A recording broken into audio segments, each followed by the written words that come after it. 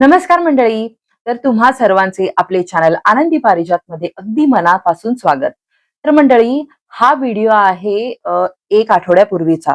तर मागच्या आठवड्यामध्ये आम्हाला महाकालेश्वरचं दर्शन घेण्याचा योग जुळून आला होता आणि हा प्लॅन आहे ना अगदी अचानक ठरला होता. म्हणजे अचानक आम्ही ठरवलं की जाऊया, बुकिंग सुद्धा झालं आणि छान दर्शन झालं. आम्ही प्लेननेच गेलो होतो कारण की तितकासा वेळ नव्हता, आम्हाला लगेचच यायचं होतं. तर आम्ही तिघे गेलो होतो, माझी बहीण आणि जिजू आणि मी, असं आम्ही तिघे गेलो होतो कारण कैवल्याची स्कूल ही ऑलरेडी सुरू झालेली होती. आणि आम्ही इंदोरला गेलो होतो इथून आणि मग तिथेच आम्ही बुकिंग केलं होतं हॉटेलचं. तर तिथला एअरपोर्ट तुम्ही बघू शकता की देवी अहिल्याबाई होळकर यांचं नाव दिलेलं आहे इंदोरच्या एअरपोर्टला आणि हे सर्वात स्वच्छ एअरपोर्ट म्हणजे सर्वात स्वच्छ सिटी म्हणून ओळखलं जातं. सो आम्ही स्टे केले ह्या हॉटेलमध्ये. श्री नारायणा हे हॉटेल आहे, तुम्ही बघू शकता.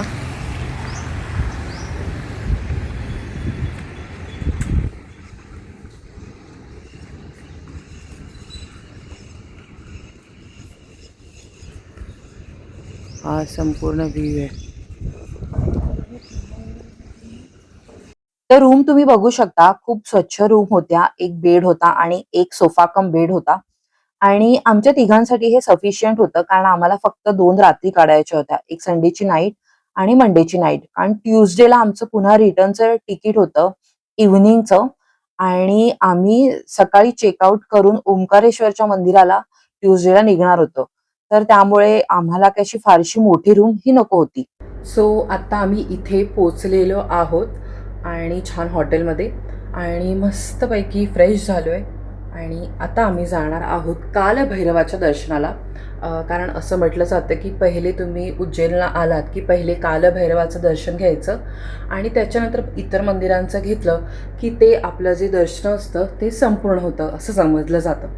तर चला, आता आम्ही कालभैरवाच्या मंदिरात जाऊ. तिथे जर अलाउड असेल तर आतमधून दर्शन होईल किंवा मी तुम्हाला बाहेरून मंदिर दाखवेन. तर लकीली तिथे खूप गर्दी असून सुद्धा आमचं पटकन दर्शन झालं आणि प्रचंड गर्दी होती त्यामुळे मला काही शूट करता नाही आलं. त्यामुळे इथला जो बाहेरचा एरिया आहे तो फक्त मी शूट केला आहे. तर मंडळी, त्यानंतर आम्ही पोहोचलो होतो ते म्हणजे उज्जैनच्या गळकालिका मंदिरामध्ये. हे मध्य प्रदेशमधील अत्यंत प्रसिद्ध आणि प्राचीन असं मंदिर आहे आणि असं समजलं जातं की इथे देवी सतीचा वरचा ओठ हा पडला होता, अशी इथे आख्यायिका आहे. आणि हे 51 शक्तिपीठांपैकी अगदी प्राचीन असं शक्तिपीठ मानलं जातं. आणि आम्ही जेव्हा देवळात पोहोचतो तेव्हा तिथे आरती सुरू होती, त्यामुळे खूप प्रसन्न वाटत होतं तिथे.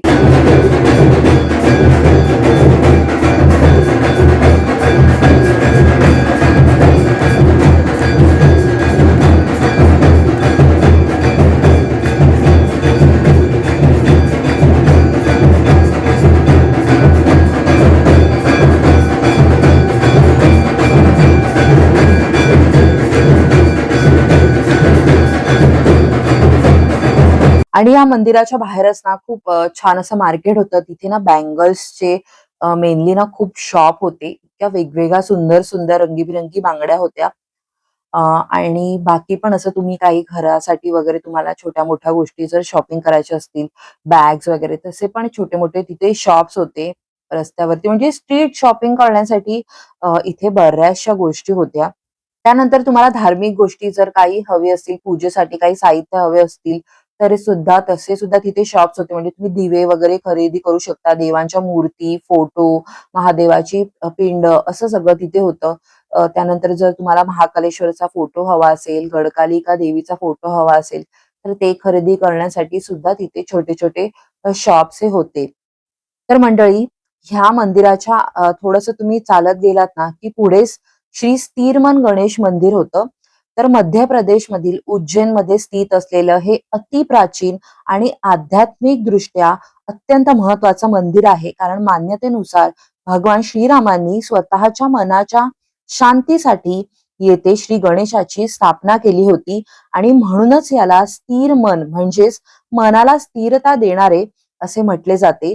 तर मंडळी, हे मंदिर आहे ना उज्जैन मधील उर्दूपुरा भागामध्ये प्रसिद्ध अशा या गडकालिका माता मंदिराच्या जवळ स्थित आहे. आणि येथील बाप्पाच्या मूर्तीला दररोज सिंदूर हा चढवला जातो आणि मंदिर परिसरामध्ये एक गोशाळा सुद्धा आहे, जिथे भाविक गायींना चारा हा दान करू शकतात. तर मंडळी, आम्ही ज्या दिवशी पोहोचलो होतो त्याच दिवशी आम्ही काही छोट्या मोठ्या गोष्टी बघण्याचं ठरवलं होतं. तर त्याच्यामध्ये महाकालचा कॉरिडॉर सुद्धा होता. तर बघा, हा जो कॉरिडॉर आहे ना, हा सुद्धा खूप मोठा आणि प्रशस्त असा कॉरिडॉर आहे. आणि महाकाल ज्योतिर्लिंगाचा हा आजूबाजूचा जो परिसर आहे, तो मध्य प्रदेशच्या शासनाने विकसित केलेला आहे. आणि हा कॉरिडॉर काशी विश्वनाथ कॉरिडॉर पेक्षा सुद्धा 4 पटींनी मोठा आहे. आणि यावरून तो किती भव्य दिव्य असेल याची थोडीफार कल्पना तुम्हाला येऊ शकते. तर मंडळी, महाकाल म्हणजे काळाचे स्वामी आणि म्हणजेच भगवान शिव. तर दक्षिण दिशेला पाहणारं हे एकमात्र ज्योतिर्लिंग आहे. आणि 12 ज्योतिर्लिंगांपैकी अन्य सर्वांचे मुख हे पूर्व दिशेला आहे.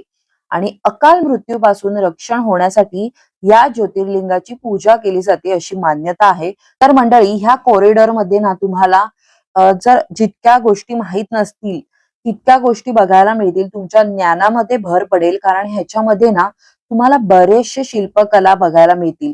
तर शिवतांडव स्तोत्रामधील, शिवपुराणामधील त्रिपुरासुराचा वध, शिवविवाह अशा अनेक कथा सांगणाऱ्या इथे चित्र तुम्हाला बघायला मिळतील. इथे ना एकूण 108 चित्र आणि 93 मूर्ती आहेत, जे आपलं लक्ष वेधून घेतात.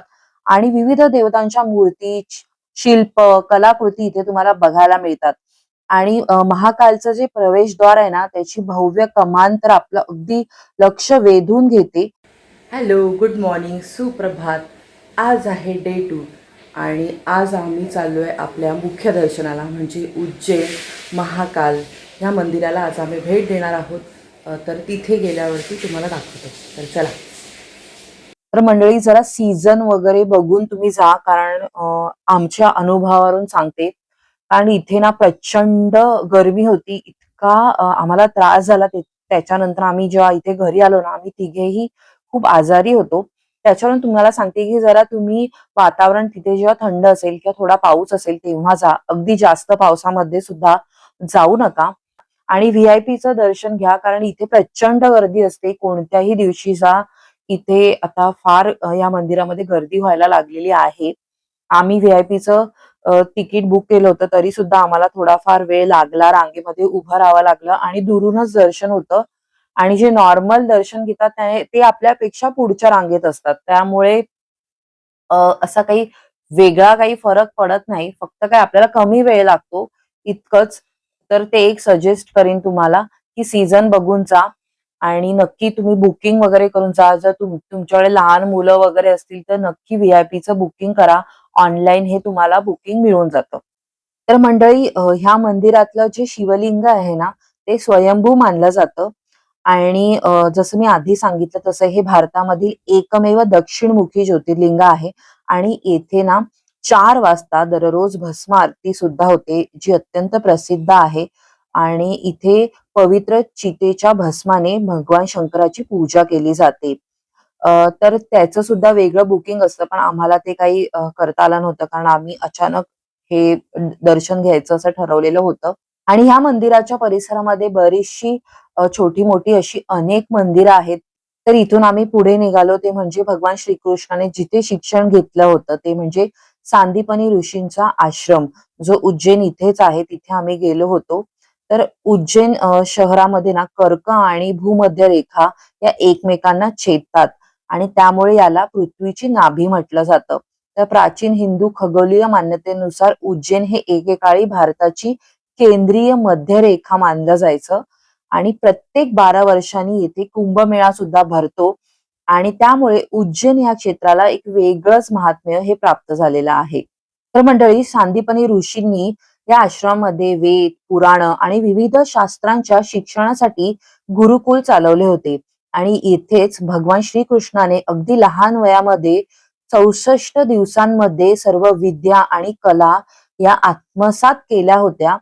आणि तुम्ही बघा, 64 दिवसामध्ये त्याने 64 विद्यांचे शिक्षण पूर्ण केल्याचा पौराणिक दाखला सुद्धा इथे आहे. आणि या आश्रमामध्ये एक पवित्र पायऱ्यांचा तलाव आहे. पौराणिक मान्यतेनुसार भगवान श्रीकृष्णाने आपल्या गुरूंना स्नानासाठी गोमती नदीचे पाणी उपलब्ध करून देण्यासाठी बाण मारून हा कुंड इथे निर्माण केला होता. त्यानंतर आम्ही भेट दिली ऋणमुक्तेश्वर महादेवाच्या मंदिराला. या मंदिराच्या दर्शनाने आणि पूजेने भक्तांना सर्व प्रकारच्या कर्जातून, ऋणातून मुक्ती मिळते अशी श्रद्धा आहे आणि इथे 1.25 किलो हरभरा डाळ ही अर्पण करण्याची विशेष परंपरा आहे. Hello, good evening. सो आता डे 2 आहे आणि डे 2ची इव्हनिंग आहे आणि आता आम्ही चाललो आहे क्षिप्रा नदीच्या तीरावरती, जिथे आरती असते संध्याकाळी आणि तिथे एक देवीचं मंदिरसुद्धा आहे, तर ते आम्ही बघणार आहोत. तर चला. आणि हा आमच्या हॉटेलचा खालचा डायनिंग एरिया होता. तर इथे म्हणजे तुम्ही लंच, डिनर, चहा, कॉफी सगळं ऑर्डर करू शकता. तर आमचं इन्क्लुडेडच होतं, त्यामुळे आम्ही इथेच खात होतो. तर मंडळी सगळं झाल्यानंतर दर्शन वगैरे घेतल्यानंतर आम्ही हॉटेलवरती आलो, थोडंसं रेस्ट घेतला, चहा घेतली आणि त्याच्यानंतर आम्ही अष्टविनायक मंदिर पाहण्यासाठी बाहेर निघालो. तर हे मंदिर उज्जैनमधील सिंहस्थ बडनगर बायपास चिंतामण रोड जवळ शिवालय टाउनशिप ग्राम सनवारा खेडी येथे आहे. आणि हे उज्जैन रेल्वे स्थानकापासून या मंदिराचे अंतर सुमारे 6 किलोमीटर आहे. आणि या मंदिरामध्ये तुम्हाला मयुरेश्वर, सिद्धिविनायक असे सगळे सर्व अष्टविनायकाच्या 8 रूपांच्या मूर्ती विराजमान झालेल्या तुम्ही बघू शकता. आणि इथली जी मुख्य गणपतीची जी मूर्ती आहे ती इतकी सुंदर आणि विलोभनीय आहे की आपण बघतच राहावं असं आपल्याला वाटत राहतं.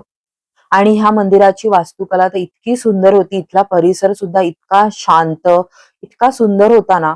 तुम्ही या मंदिराचा गाभारा सुद्धा बघू शकता. आणि खूप प्रशस्त असं हे मंदिर होतं. संगमरवरीचं सुंदर असं हे मंदिर आहे. जर तुम्ही उज्जैनला कधी गेलात तर नक्की ह्या मंदिराला भेट द्या. चुकू नका, म्हणजे भेट देण्यासारखं हे मंदिर आहे.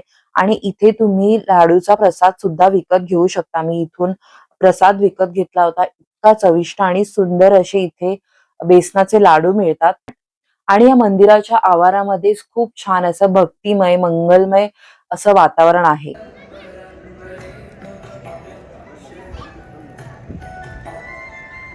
तर मंडळी त्यानंतर आम्ही भेट दिली ती म्हणजे हरसिद्धी माता मंदिराला. आणि हे 51 शक्तिपीठांपैकी एक असं मंदिर आहे. ही देवी अन्नपूर्णाचे रूप मानले जाते. आणि पौराणिक मान्यतेनुसार देवी सतीच्या शरीराचं हाताचं कोपर इथे पडलं होतं. आणि हे मंदिर प्रसिद्ध अशा राजा विक्रमादित्य यांची कुलदेवता म्हणून ओळखलं जातं. आणि या मंदिराच्या मुख्य प्रवेशद्वारावरती 2 मोठे दीपस्तंभ आहेत, जे नवरात्रीमध्ये पेटवले जातात. आणि मंडळी त्यानंतर आम्ही पोहोचलो ते म्हणजे क्षिप्रा नदीच्या तीरावरती. आणि ह्या नदीला अत्यंत पवित्र आणि ऐतिहासिक नदी म्हणून मान्यता आहे. तर इथे सुद्धा 12 वर्षांनी प्रसिद्ध असा सिंहस्थ कुंभमेळा असतो या नदीच्या काठावरती.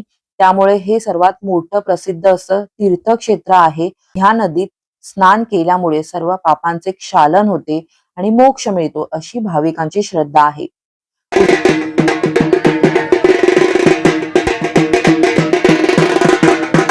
उज्जैनमधील रामघाट हा सर्वात प्रसिद्ध स्नान घाट आहे आणि दररोज संध्याकाळी इथे क्षिप्रा नदीची ही आरती केली जाते. तर आम्ही सुद्धा ही आरती केली होती. तिथून त्यानंतर आम्ही निघालो ते म्हणजे भूकी माता मंदिराच्या दर्शनाला. आणि हे मंदिर सुद्धा अतिशय प्राचीन आणि ऐतिहासिक असं ठिकाण आहे. सम्राट विक्रमादित्यांशी जोडलेली याची एक रहस्यमय अशी आख्यायिका आहे या मंदिराची, की प्राचीन काळी या मंदिरात देवीला दररोज एक बळी दिला जायचा. आणि त्यामुळे ह्या देवीची भूकी माता म्हणून ओळख ही निर्माण झाली होती. जेव्हा एका गरीब वृद्ध महिलेच्या एकुलत्या एका मुलाच्या बळीची वेळ आली, तेव्हा राजा विक्रमादित्य यांनी स्वतः पुढाकार घेतला आणि त्यांनी मैद्यापासून बनवलेल्या मानवाचा पुतळा आणि अनेक प्रकारच्या मिठाई या देवीला अर्पण केल्या. आणि देवीने हा नैवेद्य स्वीकारला आणि तृप्त होऊन बळी न घेण्याचा राजाला वर दिला. मुख्य गाभाऱ्यामध्ये 2 देवींच्या मूर्ती विराजमान आहेत, ज्यांना बहिणी मानले जाते. एकीला भूकी माता आणि दुसरीला धुमावती माता म्हणून ओळखले जाते. नमस्कार मंडळी, गुड मॉर्निंग. सो आज आहे डे 3. तर आमचं जे फ्लाईट आहे ना ते इव्हिनिंगचं असल्यामुळे आत्ता आम्ही ओंकारेश्वर मंदिराचं दर्शन घेणार आहोत आणि त्यानंतर आमची रिटर्नची जर्नी ही सुरू होईल. तर मंडळी त्यानंतर आम्ही ओंकारेश्वर आणि ममलेश्वर या दोन्ही अशा पवित्र शिव मंदिरांना भेट दिली. हे मंदिर नर्मदा आणि कावेरी नदीच्या संगमावरती आहे. राजा मांधाता यांनी भगवान शिवाची कठोर तपस्या करून त्यांना येथेच विराजमान होण्याचे वरदान मागितलेले होते. हे 12 ज्योतिर्लिंगांपैकी चौथे ज्योतिर्लिंग मानले जाते आणि या मंदिराला अमरेश्वर देखील संबोधतात. ओंकारेश्वर आणि ममलेश्वर या दोन्ही ठिकाणी दर्शन आणि पूजा करणे हे भाविकांसाठी अत्यंत पुण्यकारक मानले जाते आणि हे मंदिर नर्मदा नदीच्या दक्षिण काठावरती स्थित आहे. आणि इथे आलोच होतो तर म्हटलं नर्मदा नदीचे सुद्धा छान असे दर्शन घ्यावे, तर आम्ही बोटीमध्ये बसलो होतो. एक छोटीशीच आम्ही राईड केली होती. तर नर्मदा नदीचा जो उगम आहे ना तो मध्य प्रदेश मधील अनूपपूर जिल्ह्यातील अमरकंटक पर्वतातून होतो आणि हिची एकूण लांबी सुमारे 1310 किलोमीटर अशी आहे आणि हिला रेवा नदी म्हणून सुद्धा ओळखलं जातं. तर मंडळी नर्मदा परिक्रमा ही हिंदू धर्मामध्ये आपण अत्यंत पवित्र मानतो आणि या परिक्रमेमध्ये नदीचा उगम स्थानापासून समुद्राला मिळेपर्यंतचा जो प्रवाह जो आहे तो पायी चालून किंवा नदी काठाने पूर्ण केला जातो आणि ओंकारेश्वर ह्या परिक्रमेमधील एक प्रमुख असे ठिकाण आहे. तर अशा प्रकारे आमचा हा प्रवास संपूर्ण झाला आणि अधिक महिन्यामध्ये छान अशा एका पवित्र स्थानाला आम्हाला भेट देता आली.